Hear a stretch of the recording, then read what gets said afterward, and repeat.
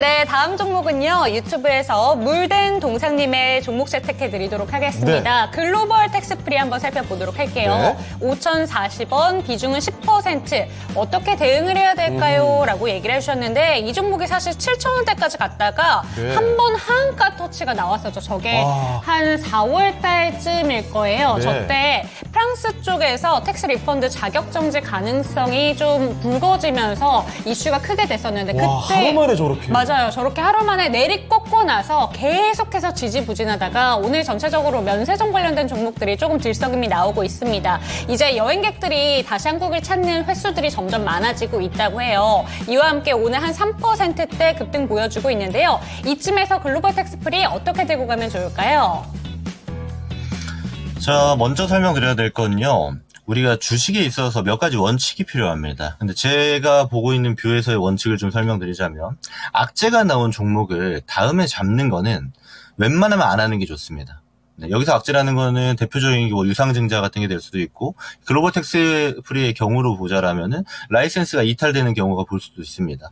실제로 사업과 굉장히 연관된 라이센스를 이탈하는 경우에는 굉장히 치명적으로 작용할 가능성이 높습니다. 단순히 그냥 매출 정도가 떨어지는 게 아니고 사업의 지속성에 흔들린다라든지 이런 측면으로 갈 수도 있는 거거든요. 근데 물론 그런 지점들은 각각의 이슈, 각각의 악재를 해석해봐야 압니다만은 이렇게 누가 봐도 눈에 띄는 악재입니다. 이게 그냥 당일날 하한가 들어가는 게 쉬운 일은 아니에요. 그러면 이런 게 나왔을 때 진입하신 가격을 보면은 이거 하한가 내려올 때 잡았거나 다시 올라갈 때 이거 다시 올라가다 보다 하고 잡으신 거거든요. 근데 이거는 어떤 측면이냐면 우리가 주식을 대할 때 운의 영역에 맡기게 되는 게 되는 겁니다. 악재가 해소된 게 아니에요. 단순히 하한가가 나왔고 이 밑에서의 변동성으로 위아래로 튀고 있는 겁니다. 이전 가격을 회복할 가능성은 알 수 없는 거예요. 악재가 다 해소된다고 한들 이전 7,000원대 가격대가 회복이 될까라는 것에도 의문점입니다.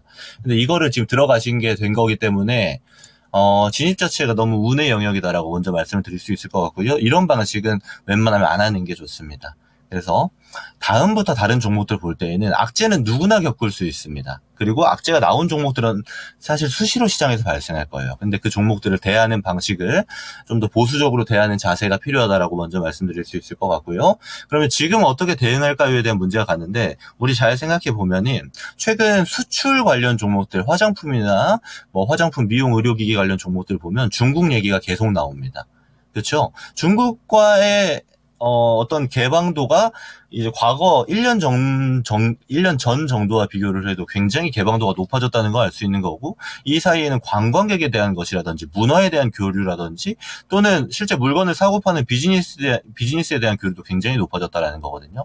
물론 중국뿐 아니고 전 세계적으로 우리가 글로벌 수출이 지금 굉장히 증가하고 있는 추세입니다. 근데 수출 그리고 관광객 그리고 문화의 교류에서 가장 큰 이윤이 많이 발생해야 되는 글로벌 텍스프리가 오히려 안 움직여요. 그렇죠? 악재를 소화하고 있는 과정인 겁니다. 근데 이게 언제 풀릴지 알 수 있을까요? 없을까요? 또는 풀리지 않을 수도 있지 않을까요? 라고 제 질문을 한다면 모를 수밖에 없는 영역이 되는 거예요. 저는 그래서 이게 시작 첫 단추가 잘못됐기 때문에 지금 뭐랄까 좀 고생하는 시간이 길어지고 있다라고 보여지거든요. 이렇게 해서 첫 번째 원칙에 대한 설명은 이 정도만 드리겠습니다. 그럼 이제 앞으로 어떻게 대응을 해야 되는가를 봐야 되는데, 지금부터는 전적으로 기술적인 영역에 대한 대응입니다. 이 기술적인 영역에 대한 대응이라는 건 반등 뷰가 계속 발생하고 있어요. 근데 중요한 거는 이 반등이 나오는 폭과 주가가 고점이 계속 낮아지는 폭을 보게 되면 이어집니다. 그렇죠? 이거는 무슨 얘기냐 하면, 지금의 반등이 나오고 나서 이게 연이어 상승이 나오지 않으면, 연이어 상승이 나와서 지금까지 고점이 낮아지는 뷰가 깨지지 않으면 무슨 말이냐, 다시 내려갑니다. 저점을 더 낮출 수가 있어요. 이렇게 되는 가능성이 그리고 없지 않다라고 봅니다. 그럼 우리가 안전하게 대응을 하는 거는 이렇게 반등 뷰가 한 번씩 발생했을 때, 반등이 나올 때 이 종목을 정리하고 이 종목이 아니고 다른 종목을 해야겠구나라는 관점을 갖는 게 오히려 건강한 판단이 되는 겁니다. 저는 그래서 이 글로벌 텍스프리는 사실 지금 단계에서 봐야 될 이유가 많이 없는 종목이에요. 지금 좋은 종목들이 굉장히 많습니다. 특히 실적이 잘 나오고 있고 앞으로 실적이 더 잘 나올 것이라 기대되는 종목들이 많아요. 근데 그런 종목들이 이번 6월부터 해서 굉장히 조정이 많이 나왔습니다.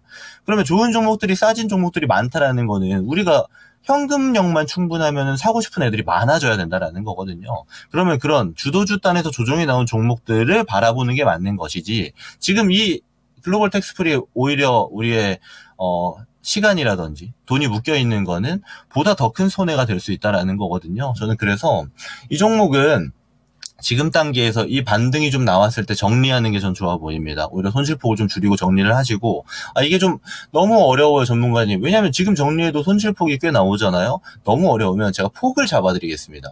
예를 들어 내일까지 양봉이 나오고 상승이 진행되면은 4,500원 정도 구간까지는 상승을 해줄 가능성이 있습니다. 근데 이게 아니고 내일 예를 들어서 오늘 종가가 여기서 형성이 됐다라고 봅시다. 근데 여기 밑으로 내려가는 뷰를 보여주면 정리하는 게 맞습니다. 제가 기준만 말씀드리는 거예요. 첫 번째 뷰는 사실 이 종목은 지금 봐야 될 이유가 없는 거고, 운에 대한 요소가 너무 큰 자리에서 들어갔기 때문에 지금의 결과가 만들어진 거다라는 말씀을 드렸고, 기준만 잡아드릴 테니까 오늘 종가보다 가격이 내려가는 상황이 나오게 되면 종목을 전량 정리하고 주도주 중에 조정이 나오는 종목들로 교체하는 게 좋겠다라고 의견 드리면서 마무리하도록 하겠습니다.